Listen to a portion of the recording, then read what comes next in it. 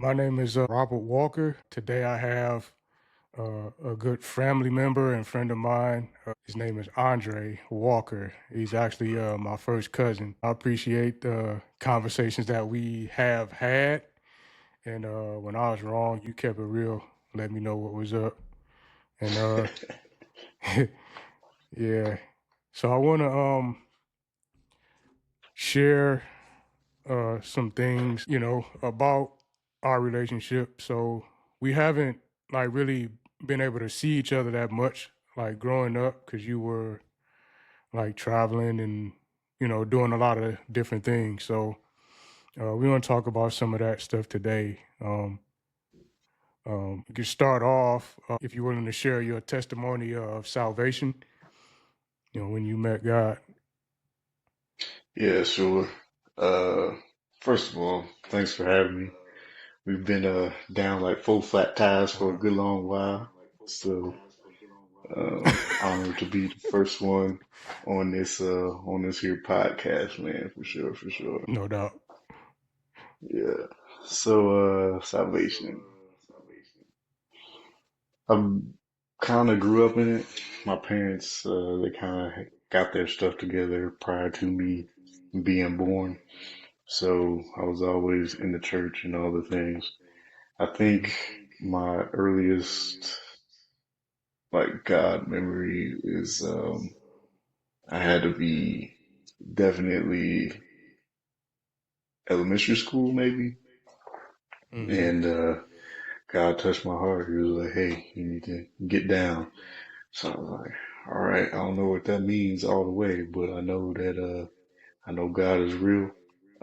Jesus died for my sins, and I definitely want to go to heaven." So at that age, you kind of know things like that in the elementary sense, and as you get older, you get a deeper understanding, right? But that doesn't even always have to do with age. Like anytime you're into something new, you don't know a lot about it. And the more digging you do, the more growing you do in that space, the more understanding you get.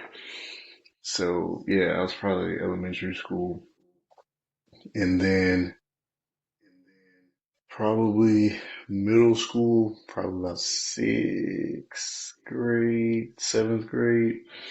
I went to a lock in for my church, and I kind of locked in at that level. And I was already saved, but kind of dedicated myself to God in that understanding that I had at the time. So that Mhm. happened, and then the last time as an adult that I kind of got serious, like wanted to take it to another level was after senior year of college. Some stuff happened. And I was like, if you get me out of this one, I'll live for you for the rest of my life. Yeah, yeah. And sure enough, he came through, and so I've been trying to make good on that promise ever since. So I mean, not to say I've been perfect through that run, but definitely been trending upwards. So that's kind of my Jesus story. No doubt. It's I'm kind of similar to that. Like I accepted Christ when I was about 7. I grew up in the church as well, but I lacked a lot of understanding. I There were different reasons. I'm not saying that it wasn't a personal thing for me, but uh I accepted Christ because that's all I knew as a child. Like I grew up around it all. My friends' parents and uh, my grandparents who raised me, that's what they had me around, and I wanted to be a part of who I was told who God is, and I said, well, I want to be there. But as I got older, I lost that way, and it got real. And the same thing for me as well. I got myself into a mess, and I wanted God to get me out of it. So I think that that may be something common with believers. So yeah, man, I definitely understand, man. Um, but thank Can God I for just say salvation something and on that? repentance. Yeah, go ahead, man. Oh, for sure. Salvation and repentance, man. Like just the peanut butter and jelly to getting this right. You know what I mean? But Yeah. it's funny how it kind of takes something to get you in the headspace. Like I'd say I hit rock bottom like twice in life, and hmm when I found that, it's like, oh, there's no one else to turn to but the one guy that made everything and made salvation possible to you. So why didn't you go there in the Yeah. first place? And I think that was the big lesson out of those two rock bottom points. One, I had to learn it when I got there. And the second one, it was like on the way down, I was like, bruh, I gotta lock in, gotta lock in. And sure enough, man, he's good. When he says he's gonna do something, he does it, and it's always perfect. Yeah. Yeah. Yeah. I agree with you on that 100%. Um, because when I messed up, it was like he still like he never turned his back on me. Um, I dealt with that period of time where it was like I felt, I stepped out and I felt vulnerable to different things. And like you said, like you buckle down, like you get serious with the Lord. Like don't play games. You're not gonna butter him up with, just all that soft talk and all that stuff. He knows. And even if you're not serious, it's something I learned. Like even when you're not serious with him, he's serious with you. And and he will when he claims you as he is, it's not gonna change. You gonna get serious. You just will. And and it's not him like forcing you to do it. You get, any person with, you know, when you begin to soften your heart, you'll be amazed like that hardness and that all that rejection, it goes away, and you begin to want and desire the things that he desires. That fleshly Yeah, stuff, like it becomes less and less important. And even when we do find ourselves getting into the flesh or getting into some carnal mindedness, it does something different to us now. Like it doesn't feel the same when we got fleshly before salvation or when we chose to go astray. Now it's like, man, no, I can't do this no more. Like this, it doesn't feel good. And just the result of getting away from God, um, and feeling that distance, man. Like it's like you feel. I'm not trying to be graphic, but it feels like you being outside and you don't have like you're not clothed. That's how it feels. And I just, when I get to that point, I just want to hide myself. You know what I mean? But thank God yeah, for, yeah, I thank God for His mercy and His grace on all of us, man. Um, for so, sure. And even yeah, yeah, even though it's funny that you mentioned that because oftentimes that's how I describe like the situation where you kind of get from under God and His will, and you step out and kind of do your own thing. It's like, yeah, oh, you said outside with no clothes. Mine is a little less graphic, you know what I'm talking about? But it's like, hey, bad stuff is out there, is in the world. That's like the basis of the world. It's a fallen place. So it's hmm always raining, but as long as you're executing whatever God's will is for you and your life and whatever situation you're in, you're under that umbrella. So your shoes gonna get wet, socks might get wet, but you're gonna be dry for the most part. But as soon no as you doubt. get from under God's will His will umbrella, then you're just out there in the rain and anything can happen to you because you walked Mhm. away from where God had you. Now, he'll get you back under the umbrella and not to let as much stuff hit you as could hit you. But as soon as you come back in lockstep with his will, whatever that is for you, um, you ain't getting hit with that rain like that. That's not to say, like I said, it's not to say that stuff won't form against you. It just means stuff Mhm. won't prosper when it comes against you. So, Yeah, yeah, I'm with you on that one. yeah, yeah. Those are some experiences that I have had, and it's just an amazing thing. He always brings us back. You know what I mean? Like some people say, yeah, I found Christ. No, he found me. You know what I mean? Like when he showed up, it's like I wasn't even looking for him. And Mm, all of a sudden, man, you got to get right. And he's very direct. And like when you come into the presence of God, or when there's no hiding anything.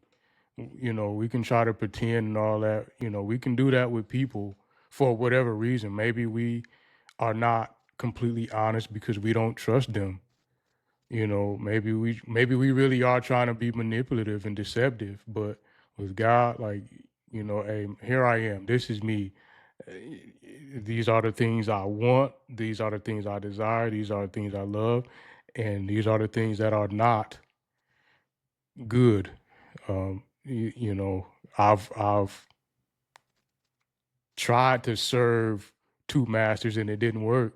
That it really, mm, when he says you can't serve two masters, it's an impossibility. It's not like you can't, like you shouldn't do that. It's an impossibility. And I'm marching myself with the enemy, uh, and I did it for a while, man. But I like same as you, man. I thank God he always brought me back, and I found myself increasing in knowledge and increasing in wisdom. I started noticing that because of the type of people that I like to communicate with. It's different personalities now. Like I can't talk to somebody who is, you're constantly talking about making money, or I got, doing something immoral. Like mm. I can't even engage in that kind of conversation anymore. I used to could, but now if somebody come around me with You that, don't I'll have, find an escape. Hmm. yeah, you don't have anything in common at that point. Like Hmm. after you lock in with God, like all of his precepts and principles apply to you. So are you gonna be weird, trying to do the same stuff that you was doing? Yeah, because you're a different person.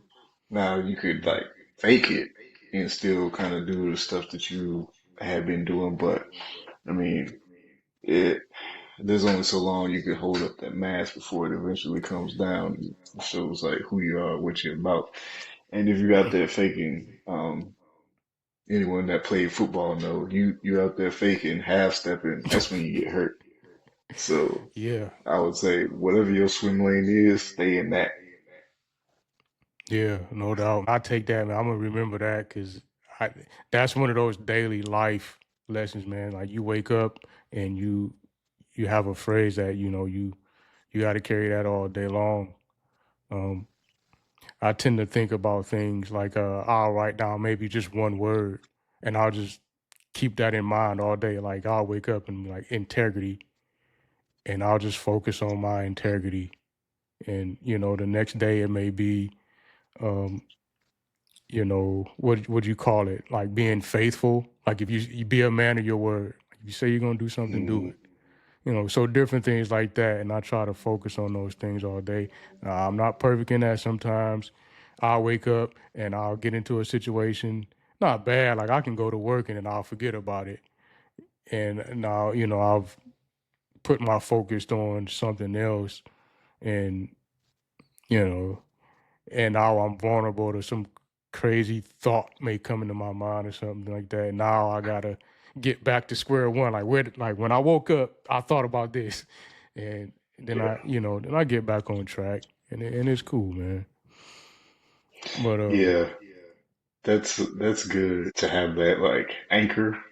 So mhm, whenever you start like, life storms normal, but if you got an anchor to come back to, you ain't getting too far like high or low. You got that smooth middle ground that, mhm, can't nothing really bother you. And I've had you actually listed off a few good ones, but the one I've been working under for probably the last 5 years or so, COVID time, was execute. So that's mhm. been like my mandate. Whatever guy I got, execute. If Yeah. it's something like where I think is out of my scope or out of what my capabilities, it don't matter. That's not my responsibility to try to figure it out or do like a self-assessment. Like, am I even capable of this? That is not Mhm, the mandate. The mandate is like go execute. And I've been approaching life like that since COVID. So what, 5, 6 years now, and it's definitely mhm. been serving me well. Not to say that I don't get in my own head and be like, dang, I don't know if I can do that. But uh, God gave me the words execute. It's funny. It brings me back to a story, something I just went through. I was I recently got divorced, and not something that I wanted. I fought for, the sanctity of marriage and all that stuff. It just didn't shake, and it got finalized, and I had to move on and stuff like that. So Mhm. I spent, and that was during COVID. So I spent most of that time like by myself, like confronting myself and God speaking and me executing because that was the new word. And so I knew at some point that like I was called, appointed to be like a husband and a father. So I was like, oh well, you know, I I don't know like who this woman is supposed to be or anything like that, but Mhm. the only way you do that is you go out and make it shake on your own. So I got involved with this girl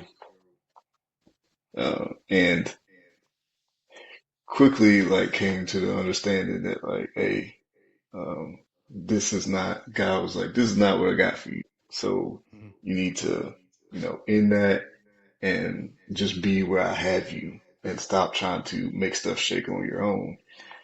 I was like, dude, like we're kind of, being vulnerable with each other and all this stuff. And it's like, I know where her head is and she knows where mine is. Um, so I don't think I want to do this. I don't want to like crush what she got going on, what could have been, and all the stuff.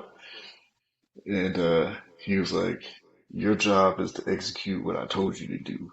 It's not Mhm. risk mitigation and trying to like soften impacts. You just do what I told you to do." I was like, "Dang." Mhm. Um, so yeah, we ended up breaking up after that, and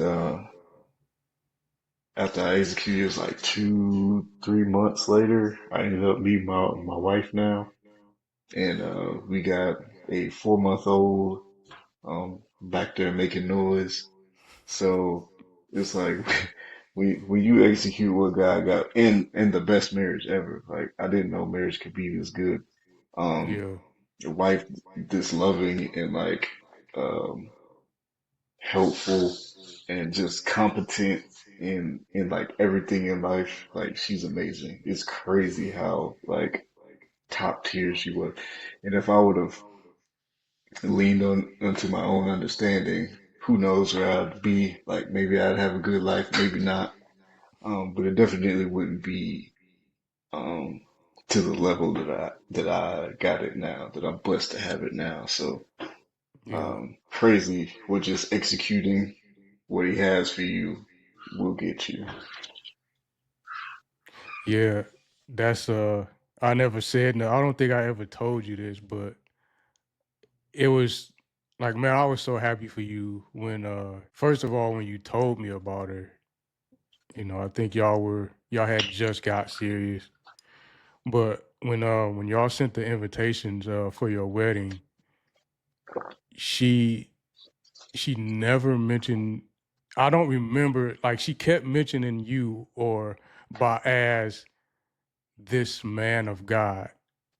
And I'm like, you don't, I said she didn't even, she not just saying Andre, like just something common that everybody, like she's pointing out the biggest and most important part of you, of your identity. She referred to that, and it was like she was introducing like family, friends, as this is a man of God. Like I already knew that, but to see that a woman can come into your life and not know you that long, and she sees that, like I that spoke of who she is too, for her to recognize that.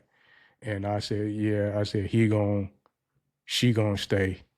And when we were at the wedding, uh Pastor Pearson, he was going through the vows and all that, and she was just stunned. She was just staring at you, and everybody started laughing. She was like, "Oh!" And then I was like, "Yeah." I said, "She's deeply in love." I was just happy for you, man. Yeah. It was funny seeing that because he looked at her and he just, "Are you listening?" Like it was Your funny, turn. man. Yeah, Yeah. but yeah, Yeah. I'm real She's happy for locked you, in, man. man. It's like Yeah. she walks with God for real and doesn't move until um God gives the instruction and like lays out the plan and she follows it to a T. And she, yeah, definitely an asset to Hmm. have. Um definitely. I'm blessed. Blessed man. You know what I'm saying? Yeah. I'm we gonna get to the family thing. Um uh what was it like for you growing up as a kid? Like doing all the traveling and the challenges with the things, that the parts that you did enjoy, like you touch on some of that. Yeah. Uh, I'm a military kid. Both of my parents were Air Force. They both retired since and did 20 plus years serving. And still serving in different capacities. One's a contractor, one's civil service. And Hmm. still kind of, you know, serving the country, ensuring everyone has a security blanket. But as a kid, I didn't know any different. I thought everyone moved every 2, 3 years and went to a whole bunch of schools and, you know, for in my case, didn't keep. So when I was young, it was pre like social media and stuff that you could actually like keep up with your friends. So it was like every time you moved 2, 3, 4 years, it was like a hot swap. Now you have new friends, new environment, all this stuff. So, you kind of get a resilience to you. Hmm. And I just thought that was normal. But it's funny because I was in college and one of my friends was kind of like describe he didn't have a military background or anything like that, but he was describing like military kids and he was like, "Yeah, you're all heartless." I was like, "What do you mean?" And he was like, "Yeah, because y'all can just cut someone off and not think about them ever again." I was like, "Yeah, because we do that all the time." Like Yeah. every time our parents get orders, like we're off to some other distant land, and you never talk to your friends again until you Mm. meet up with them randomly, like I have over the years, just in random places, airports, the base gyms, and all that Mm. kind of stuff. And you're like, "Hey, what's up, man? I ain't seen you since like 2002." So that's always fun, but yeah, resilience is one thing you learn, and you experience a bunch of different cultures, so you kind of have like a worldly mindset in that you've seen how other people live and do stuff and understand that, what you see around you isn't the end all be all of what's out there in the world. Yeah. So it was, helpful in that I've seen a whole bunch of stuff that normal people probably haven't, and got to experience stuff at an early age, so that not really afraid to jump in wherever at this point. Yeah. You mentioned college. So, uh, where did you go to college, and what were you studying? What was your major? So I went to a small college in Tulsa called Oral Roberts University. I went Tulsa, Oklahoma. I went there to major in marketing. I did finish my degree in 4 years and got up out of Tulsa. We used to call it the wilderness when I was there. You got closer to God or you broke down out there. And I did my fair share of both. Um, yeah, but I learned a lot and grew up a lot as a person. Yeah. A quick question. What made you choose Oral Roberts? Because Oral Roberts, I don't know, maybe it's me you. Oral Roberts is kind of popular, man. Like I've heard it a lot. Um, it may be a small school, but what made you choose Oral Roberts out of all the places you could have gone? What was special about there? Yeah, it's definitely popular in Christendom because Oral Roberts was like a giant of Jesus. Um, Mm, definitely back in the, I guess, 60s, 70s, 80s, until his passing. Well, not passing. He definitely transitioned because that dude was about Jesus for real. mm, So, yeah, it's kind of, I guess, a big deal in that way. But, yeah, I am from Florida, North Florida. So in Florida, if you had the grades, you could get scholarships to like whatever school that you wanted to go. And I had grades, but moved to Texas my senior year of high school. mhm, So, well, my parents got orders, to Texas my senior year of high school. So we went and, we graduated in Texas from high school, and I was trying to figure out where to go. And I could have went back to Florida, but during that time it was not the land of opportunity like Texas was, and like all the stuff. So I was like, I don't know what to do. So I ended up praying about it, and next thing you know, I get this flyer from Oral Roberts, and I was like, and God was like, check it out, check it out. So I checked it out, and I was like, I don't know, man. And he was like, go ahead and apply. So I applied, got in, accepted, and he was like, you should go. And I was like, it's in Oklahoma. Like, I've been to Oklahoma a few times, and I was like, but it wasn't Tulsa, so it was like a medium city. So, small city actually during those times. Medium now. It's really nice now. Back then it wasn't that nice, but yeah, so I obeyed and ended up in Tulsa, Oklahoma, Oral Roberts University, no doing a doubt. thing. Thought I was gonna be out there and be like super Christian or whatever. Like I'm around all these other Christians. Like it's gonna be great. I'm gonna Yeah, grow in my faith. And 20 somethings of any religion is going to be interesting. And there was a lot of interesting things going on, and I kind of got jaded to the whole notion of it. So that kind of dovetailed into my kind of rededication my senior year because I was down, and then yeah, God looked out for your boy, so I got it right yeah. real quick after that.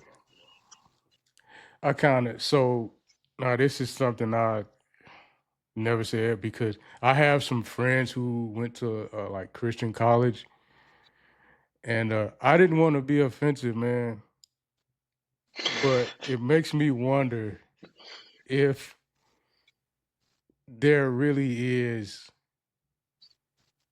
like, if discipline in the personal life of an individual is exercised willingly, like you govern like your flesh, like certain temptations or whatever, because you're on your own, you're away from home, you're young, curious, all that kind of thing. But is it by force? Because like I was told, like I cracked the joke. Like there was this song, man. I think it was the Beatles. I can't remember which one it was, man. But it was a Beatles song. It's pretty kind of popular song. And I asked my friend, I said, "Would y'all have gotten in trouble for listening to this in your barracks?" And he said, "Yeah." And I wanted to laugh at him, but he had a serious look on his face, like he meant that. Like they would have got in trouble for listening to that. So I held it in, man. But it's just certain things. I'm like, they're just as much living in this world just like everybody else. Uh, Yeah. I guarantee any joke that you could think of, we told about ourselves. So that ain't nothing. But I remember before I went, my pastor and his pastor and all of them came up. Um, so my pastor's pastor, Bishop Butler, he went to school at Rhema, that's in Broken Arrow, Oklahoma. It's not too far from Tulsa. Mm, So my my pastor also ended up going with his pastor out there and being around, especially in the charismatic circles. That was a place to be. The spirit was moving. The mm, word was being rightly divided. So it was kind of a hot spot. And he'd been around the colleges and stuff like that. And he told me before I left, I didn't understand what he was saying, but he was like, "Hey, just because it's a Christian college doesn't mean everybody's doing Christian things." I was like, "Man, you don't know what you're talking about." So I got there, and anything you can, and this is my point, like in life, like anything that you seek out, you'll find. So there were people mm, that were really about the Jesus and Christendom and stuff, and they were really getting busy in that regard. And then there were some other people that was just involved in, I mean, me included, involved in a whole bunch of other stuff that didn't reflect well. And mm, you could find all of it, whatever you were looking for. The drugs, the sex, the partying, the whatever, like you could find it, and it wasn't hard to find either. It just depended on what you decided to apply yourself to. yeah. Yeah. I went to a public school. I didn't finish, and that was be- because I was out there thinking I was gonna get away, and I, I'm not. It's there's a consequence for your decisions. So I ended up not finishing. Like I was getting ready to go into my junior year. Um, I went to University of Toledo, and college experience there. Yeah, it was no Christian. No, they had some Christian groups there. I had a good friend, man. His name is James, and there was like a Christian, like a seminar. Like it was at night. So how, like, I don't know how he walked up to me, like, it's dark. I understand, like, it's a crowd of people, and he just walked up to me, and we were friends ever since that night, man. And, he introduced me to his girlfriend. She was a real nice young girl, and we would just hang out. We would go to it was across the street from campus. It was Jimmy John's, and we would just walk across the street, get a sandwich, and just talk about things, man. We talked about living in faith, and he encouraged me um, with a lot of different things, and he was so chill. But I haven't seen him or talked to him since I left. But I still remember him though. But yeah, things that went on there. No, it was a public school, man. And but Yeah, I stayed in my lane, bro. and Roger in other that. people's lane too. I tried to do the other things, the parties and all that stuff. I'm not gonna be fake, man. Hey, it's not worth it, dog. Like No. I was, I was out there, and I was like, oh, let's get these drinks. Go to the club. You gotta spend money. I just go to the liquor store, man. You take it back to the Yeah. room, have our own party. But dang, it was those were times, man. Yeah. Formative in that I learned a lot from them, but dang, it could have went Yeah. left real quick. Yeah. I think about it sometimes, man. I try not to, I try not to go down this sad road of regret and all. But I look at things like, man, like if I could pick out of the hundreds of bad decisions that I've made, if I could pick out like three, like it would not have derailed me. It's those few situations, man, I just allowed to happen. Some of them I allowed to continue, and I was Mm, warned, and I was just hard headed, man. Like, and I remember. I don't know if you remember when Ray Lewis said when he got locked up, it was just real quiet in there, and he said he could hear God. Like he's like, "Can you hear me now?" And I think about that with myself, man. Like, can you hear me now? Yeah, I do. mm, And but again, man, I appreciate everything that he has done. Like he's allowing us right now to, get on this platform and talk about what he's done for us and share that with other people as a testimony. Maybe we can help somebody else too. So yeah, man, he does a lot, man. And I really appreciate him for that. And I can't wait to see him. You know what I mean? I think yeah, about that a that's lot too, gonna be a man. But day. yeah, yeah, Yeah, yeah, it's gonna be a day. I don't know. I don't even know. I probably just sit there and look at him like, dog. yeah, You don't even know. You know, but you don't even know. It is, yeah. yeah. Thank I'll you. probably be That's like what I say. John, man. Huh? I'll be like, thank you. I think Yeah, that's all I'll be able to get out. yeah. I'll probably be like John. He said he fell on his face as if he was dead. Like, man, I don't know if we're gonna see him in the state that John saw him in. Like he said, his head and his hair was white, fiery eyes. Out of his mouth was a sword.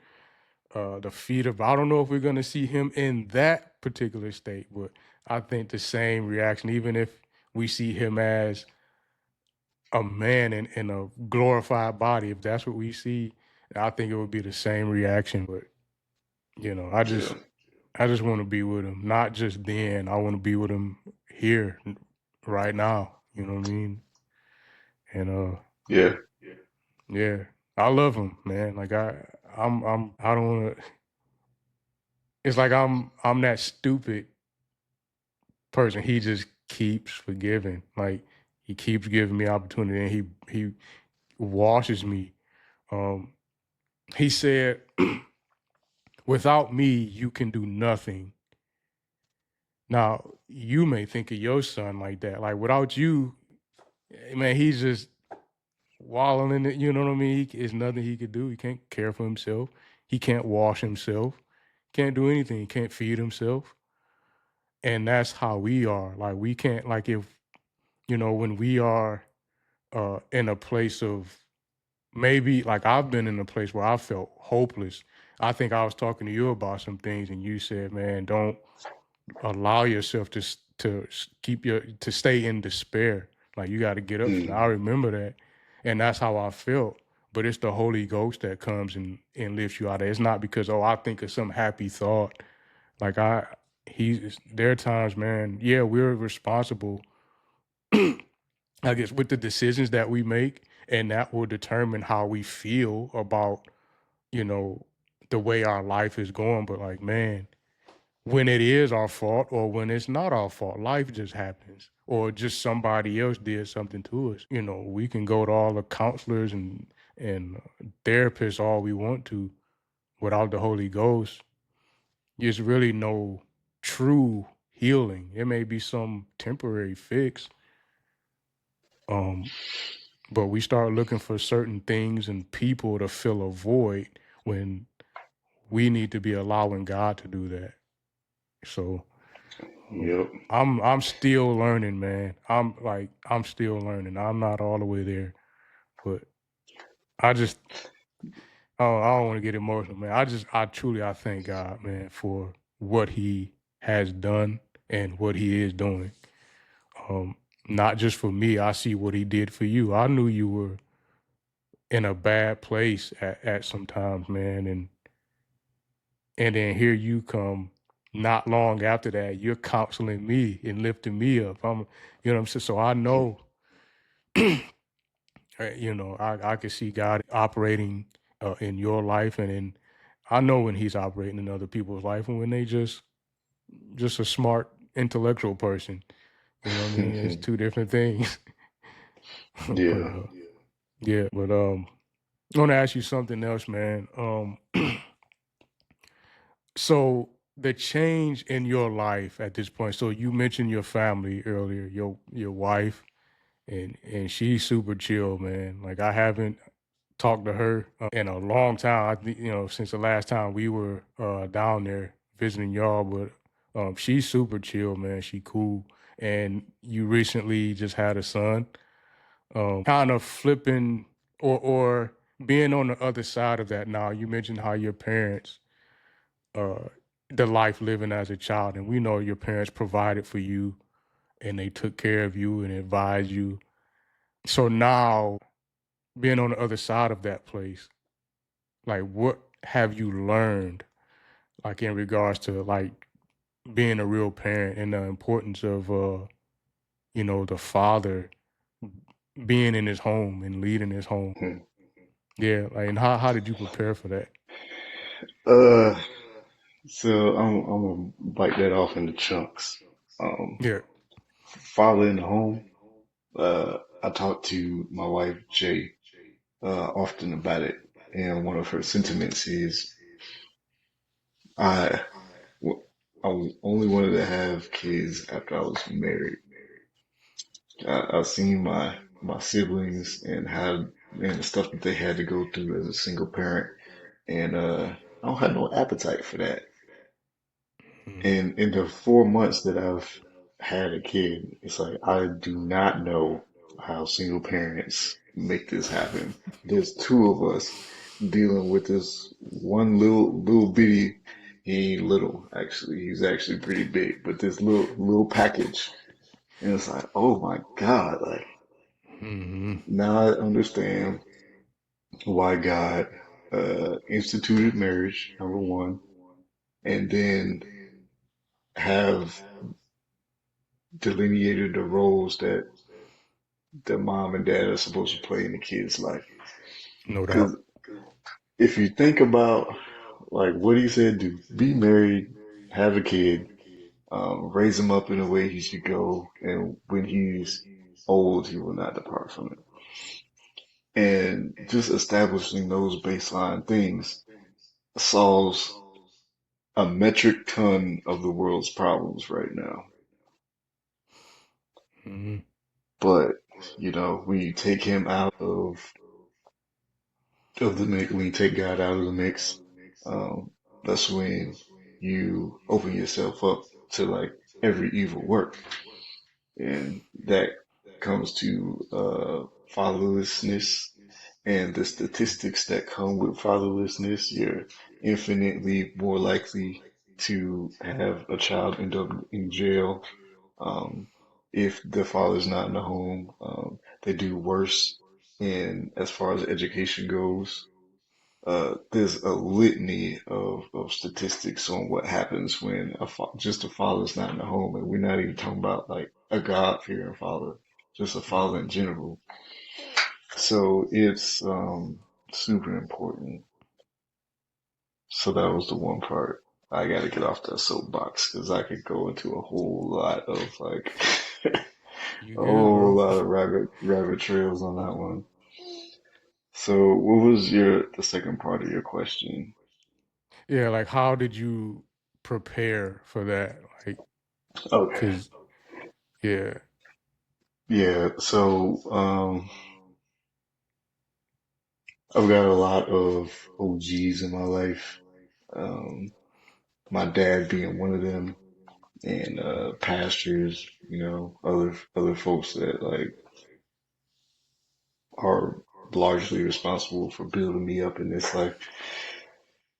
And just having conversations with them for the most part, people that been there, done that, been successful at it. I talked to a lot of them as far as like the mechanics of what to expect. There was a book my wife bought me, like, hey, this is what's happening through the pregnancy. The first month you can expect to see this and these changes in your life. It's probably a good idea for you to, support her in this way. And it went all the way up to birth and after birth, actually, too. So just kind of like ingesting information and, mm, having some like tough conversations with the wife, like, yo, are you gonna continue working?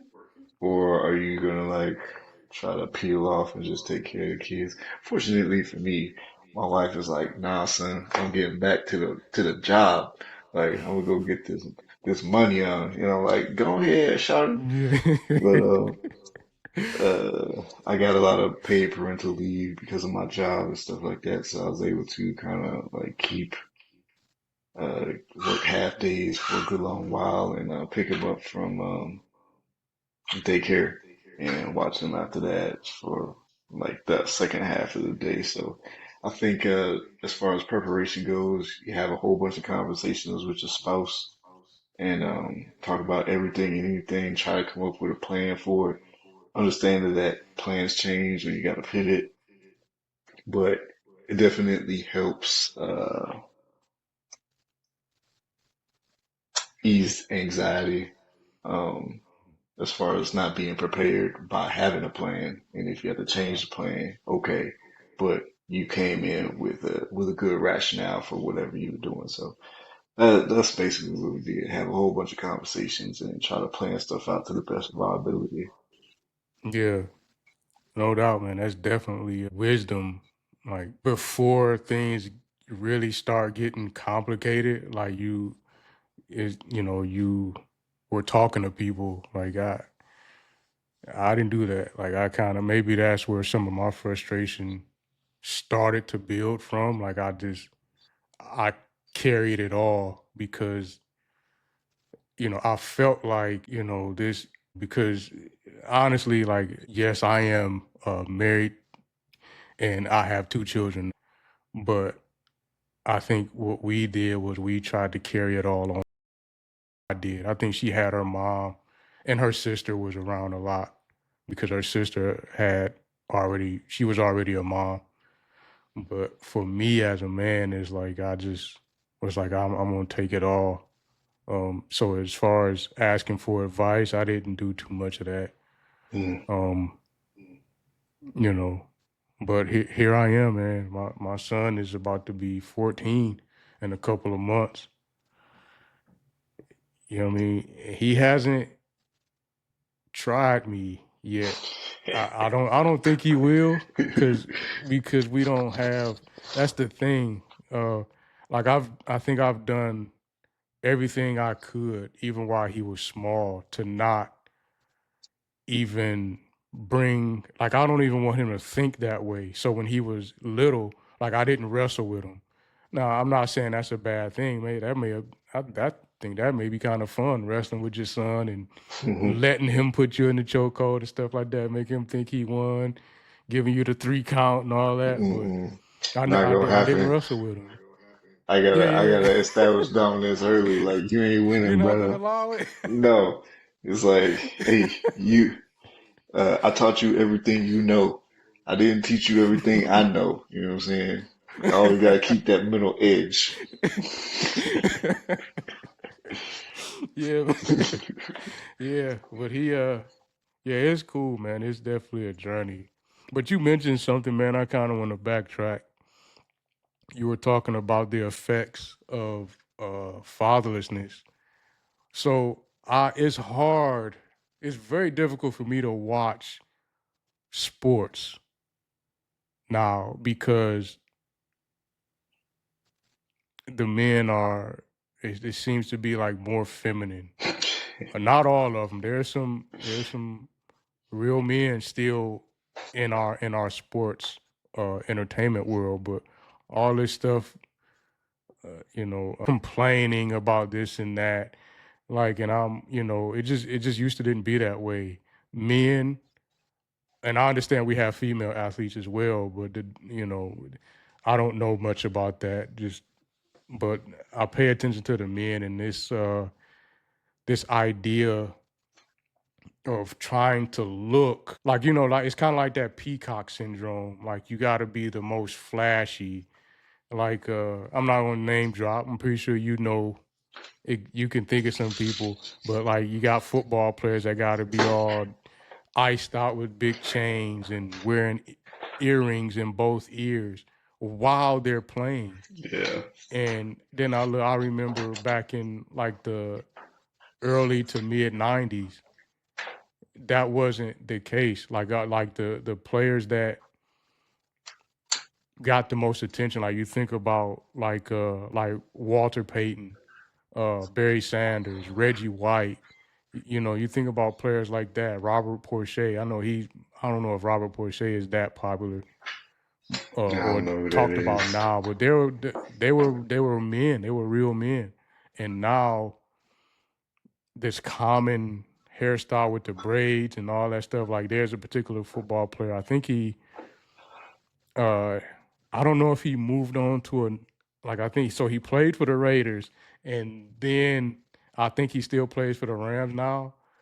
But he got these long braids, and he's a good player, man. I like the guy, but man, just this. If you can't look at a man from the back of his head, and you can't tell whether that's a man or a woman, then that's a problem. It's just my personal opinion, man. They can play good. They good players, man. But this our personality, what happened to the real men that they don't need to be seen like in that way. Well, Now, if a woman is all jewelried out and all that, cool. But a man doing it, I'm gonna I pull don't up know. short with you. As a Yeah, Floridian, go I don't see nothing ahead. wrong with a See, dude having dreads, long hair, all that stuff. It's like, all right, cool. But yeah, I'm way more of a content of your character type dude than I what you got you. look like. But to your point, there's a lot of jewelry out there, and I come from a time if I would have seen it and I was playing whatever sport, I'm gonna take it. Yeah, Like I'm gonna get yeah, you out yeah. of your game and do whatever. Um, that junk is expensive, and I can understand why they can't do that at that level. Man, my man had he had my house on his neck, man. Like, Listen, come on, bro. I feel that's a us problem. That's not a him problem. You know Yeah, what I mean? yeah, But the one thing that I do is notice a lot is there's one like a lack of restraint. And as men, you gotta be calculated. You can't be emotional. You gotta be about the facts, and that's okay. That's how we as men are supposed to be engineered. yeah, And I see a lot of videos. I've been around. Um, I've been around and stuff. Oh, you get into a fight. Oh, he made me do it. He made me do it. You asked for it. It's like, bro, like no one should have that much power over you to induce you to do something that you don't want to do or that you know yeah, you not supposed to do. And I see a lot of emotional actions. Oh, there was a case up in North Texas about this kid stabbing this other kid, and just an emotional reaction to something. And now, like yeah, two kids, one lost his life for real. The other one is in the system for a really long time, depending on how his appeal works out. But it's still a long time. You're losing big chunks of your life. Um, because you didn't have restraint and you let someone else dictate to you what's going to happen. The emotional responses is not something that's supposed to be respectfully a male trait like that. We are not given the same latitude as women. If we have an emotional response, stuff gets bad quick. Like police are called, all the stuff. Um, if a woman has an emotional response, they, oh no, it's like we're gonna help you through this. Especially as minority men, you do not get the same benefit of the doubt as some other people, and that's not Mm. um, a racist statement. That's just a statement of fact. Like we don't have the same latitude, so we have to be more in control of our actions, of our mindset, and how we're perceived to ensure that we don't get smoked, for lack of a better word. Yeah. Yeah. So you know, that goes back to mentioning like the father, like when you listen to like how his dad talks, uh, there's no accountability, no self-reflect, no a strong sense of like a lack of reality. And it was just a bunch of excuses. Like I what I struggle with is there are people who think that he was in the right for what he did. And they started and they know he's wrong because they started lying about it, saying like, well, he got jumped. Well, I don't no, he didn't get jumped. Um and they show video of what happened. Unless there's other You know, it video out there, the one that was presented at trial did not show him getting jumped. In my mm-hmm, opinion, it was super grainy, mm-hmm, and you can't really tell all what's going on. But to kind of put a button on that one, though, he does have an appeal. There were some things that went that will go favorably when he tries to get an appeal. That will go mm-hmm. favorable for him when he tries to get an appeal. The prosecution made some mistakes. And, if there's other evidence out there, hopefully it comes out and he is able to um, get a just sentence. But based on the information that's out there right now, verified information that's out there right now, not the hearsay that, you know, race hustlers on both sides are putting out, but man, it looks dark. Yeah. Yeah. My thing is how do we or why isn't there anybody, it doesn't seem that anybody's out there trying to minister to this young man. Like, yeah, he did something horrible, but you know, maybe there's something going on. Like you were talking about the emotional reaction. Like, why? Like, it seems to me that he didn't have anybody leading or coaching and conditioning him to harness those strong emotions. You know, to where we all can get mad, man. You know, we're capable of doing all kind of crazy stuff. But the reason that I'm not locked up right now in prison is because I exercise self control when I needed to do it. Yeah, I got mad. I'm not saying I was in, you know, that I didn't do anything wrong. But if I you know punch somebody in the chest or something like that, I didn't kill the person. You know what I mean? And I told my wife, I said, hey, if you ever see me fighting, I'm physically fighting, like I'm scrapping, uh, I'm defending myself. I am not the aggressor. I'm never the aggressor in that because I always lose. When I'm the aggressor, I always lost the fight. I always got beat up, man. So I don't, so I don't do that. But learning to control ourselves, man. And I think if he had of exercised self-control, if that was in his mind, if somebody have conditioned and disciplined him in that way, And not only that, they displayed that for him, Mhm. self-control, then I don't think he would have did that. But there was something very wrong. Well, there's two parts to that piece. Mm. Like, yeah, it should be modeled. That's the responsibility of father and mother. Like, there's a lot of stand up moms, single moms, whatever, grandparents, people in people's lives that can make a difference for sure. And there's a whole bunch of people that have made it from like imperfect family situations to be stand up contributing members of society. So it's possible, but statistically, it's a little sketchier. But to the point, should be modeling that, but he's also got to like take ownership and listen to it. And that comes back to the accountability Yeah. piece that you were talking about a few minutes ago. Like you got to be accountable to your, I guess 17 at the time. Uh, Hmm. you don't have a lot of leeway to before you're really like held accountable as an adult. And you know, unfortunately, he made a bad decision, and he's gonna have to answer for it. Yeah.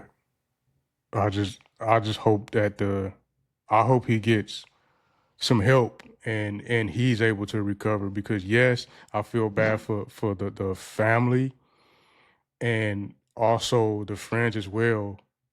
But to be real, like I understand, you know, the young man, he's the one, he's the perpetrator, he's the bad guy. But if there's hope for all of us, there's hope for him too. And I just want to consider that side of him. Just like, yeah, justice is served. You know, you can't just stab somebody and then, hey man, we're gonna lock you up, and then after 3 months we're gonna give you a tether, you go home. Like, no, man, like it's not how it works. Hmm. And we don't want to get to the Levitical law because we wouldn't even be having this conversation. But um, I don't know, man. I really hope that he's able to recover from this trauma as well, and somebody come along and make an effort to bring him to a level of accountability to where he begins to see where he is in error, not just with this last situation alone, but examine your whole life. It's this thing, what we do. So I heard a man say, what we summon what we serenade. So when we listen to music that's ministering to us a particular message, like that's our brain, we begin to, at whatever pace, we begin to conform to that. So when we listen to killing and fighting or whatever, cursing out folks, we're digesting that. I remember in biology class, they say you are what you eat. But when I started to become more aware spiritually, I'm like, well, we are what we eat. So if we're eating filth and degeneracy and debauchery, well, that's gonna be in us. And then we begin to speak these things out of our mouth because now it's in our heart. Hmm. And that stuff, it could get real ugly. We got to be very careful of the things that we are consuming. We got to be careful, man. So my prayer goes out to to both sides, man. Same. And it's embarrassing to see our people on either side, whatever. Like, I'm not really into the color thing, but if we want to get specific, yeah, it's black people going crazy. I don't have an opinion. I don't have an opinion. Just like Carmelo was doing. I'm glad you just said that. That's what Carmelo was doing. Protecting his family. That's insanity. Absolute insanity. Did you see the video when that dude, he punched my man in his face, riding his bicycle, and he stopped and just punched the guy in the face? lesson? No, he wasn't. No, he wasn't. Seriously. No, he wasn't. He wasn't. He was on jury selection. He's a vet, dude. He's Oh. a vet. He's a vet. He ain't been on jury selection. I ain't worried about that. You gonna die. Quit, dude. You on jury? When you on jury? No, he wasn't. He wasn't. You on jury selection? You was on jury selection. Oh, not for Anthony, not for Carmelo Anthony. Oh, all right, my beat. I thought you was on jurisdiction for. Yeah. Like talking about, yeah, his mom gonna say, yeah, he's a veteran. I'm like, well, when I saw that, I'm like, he wasn't infantry.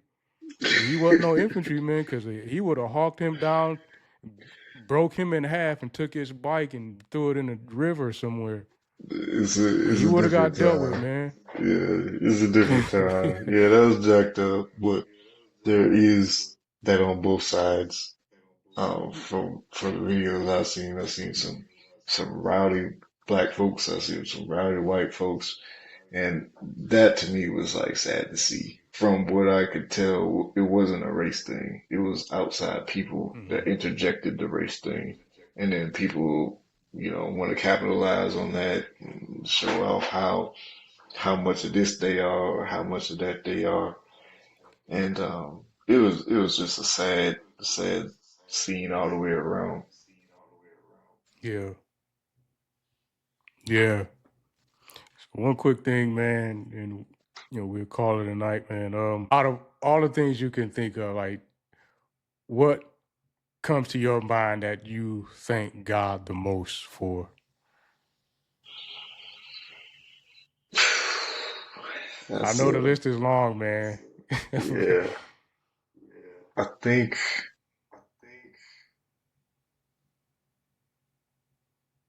just to throw it in a nutshell, opportunity.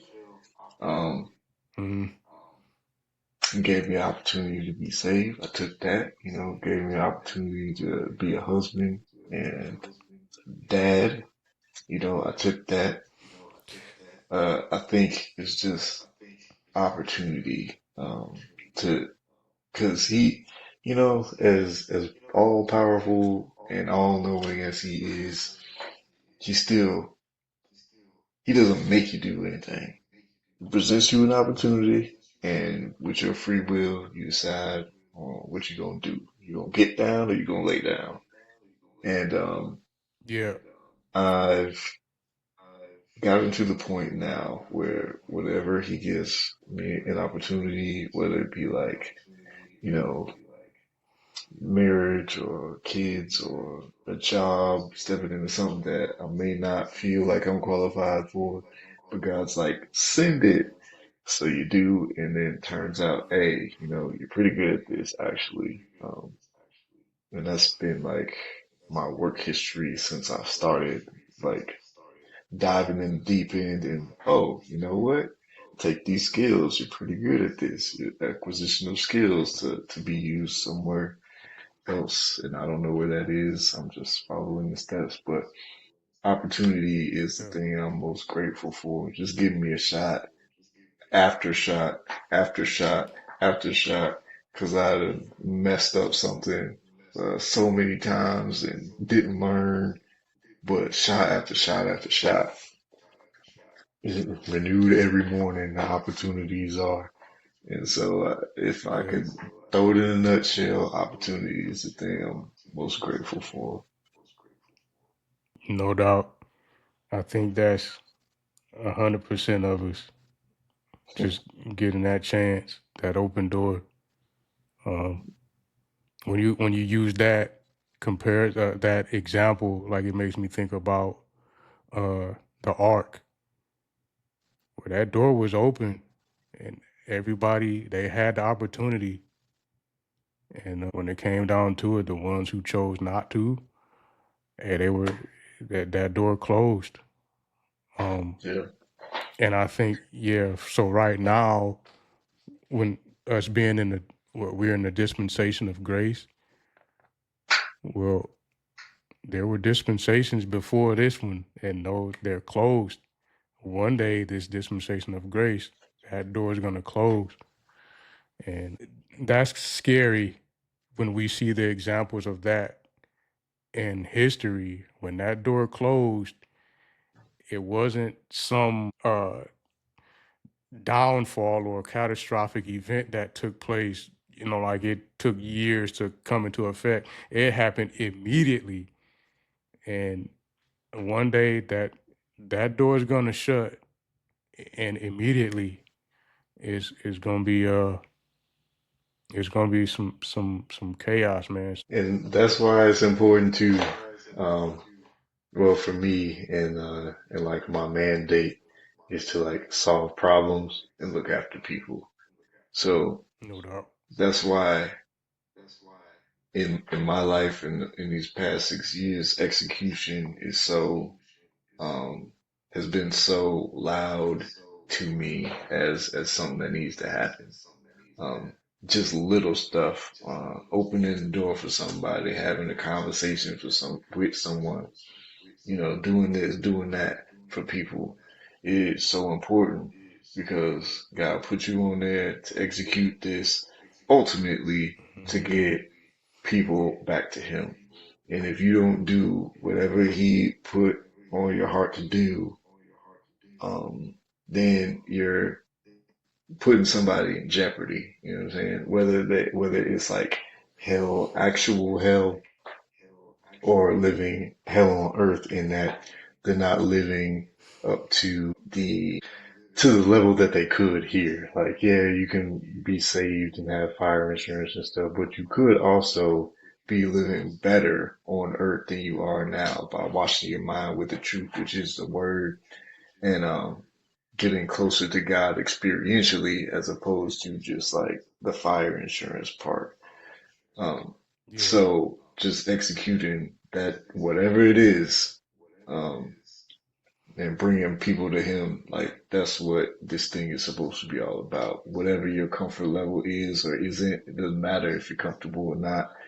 Quiet as it's kept, if you're doing what God wants you to do, you ain't gonna be comfortable no way because Yeah. whatever He asks you to do is something that you ain't gonna be able to do yourself. You're gonna have to lean on Him for the understanding and the pure muscle to get it done. But all of that to Yeah. say, saving people, getting people saved, bringing people closer to God is what we should be focusing on. And if that's just holding the door open, hold that door open to the best of your ability. Yeah. Yeah. We I definitely appreciate you coming on this platform, bro. I've been wanting to get you on for a while, and it finally happened. Definitely appreciate your insight on things and you sharing some of your life experiences. And I'm gonna marinate on that word execute, man. As a matter of fact, that's gonna be the title of this session. It's gonna be execute, Nice. because that's real important, man, and that stuck. So, but I definitely appreciate you, bro. And we're gonna be getting in contact pretty soon, man. I'm gonna try to get down there and see y'all as soon as I can, man. It's just a little rough for me right now, but we definitely gonna make something happen. Respect. Yep. Let me know. Whatever you need, holler at your boy. No doubt, man. I definitely appreciate you, man. But yeah, man, I'll give you a holler, man, and we'll keep in touch, bro. Cool. Sounds good. Be Take safe, it man. easy. Tell everybody I said hello, bro. You too, man. Yep. Bless. Later. Peace.